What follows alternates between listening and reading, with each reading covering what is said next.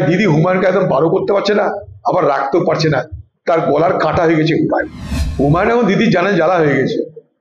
দিদি এখন না উগলাতে পারছে না গিলতে পারছে। এই হুমায়ুনকে দিয়ে আমাকে হারানোর জন্য সাম্প্রদায়িক বিভাজনের রাজনীতি করালো। বলা হলো যে 70% মুসলমান, 30% হিন্দু, হিন্দুকে মেরে গঙ্গায় ভাসিয়ে দেওয়া হবে। হুমায়ুনকে দিয়ে বলালো, হুমায়ুনের মুখে বসা, হুমায়ুনকে এটা নির্দেশ দিয়ে করালো। কিন্তু হুমায়ুন নিজে স্বইচ্ছেটা করেছে বলে আমি মনে করি না। হুমায়ুনকে দিয়ে বাংলার মুখ্যমন্ত্রী এই কাজটা করালো, এই এই একটা অন্যায় কাজ করালো শুধু অধীর চৌধুরীকে হারানোর জন্য। সে দিদি এখন হুমায়ুনকে ত্যাগ করতে পারছে না। যদি হুমায়ুনকে দল থেকে বার করে দেয়, হুমায়ুন কিন্তু সব গর্ব করে বলতে লেগে যাবে।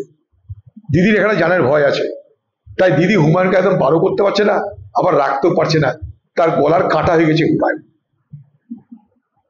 এত তৃণমূলের এত মস্তান, এত ক্ষমতাবানদের বিরুদ্ধে হুমায়ুন এইভাবে বলছে কি করে, সেটা তৃণমূলের লোকরা বেশি জানবে, দিদি এটা বেশি জানবে।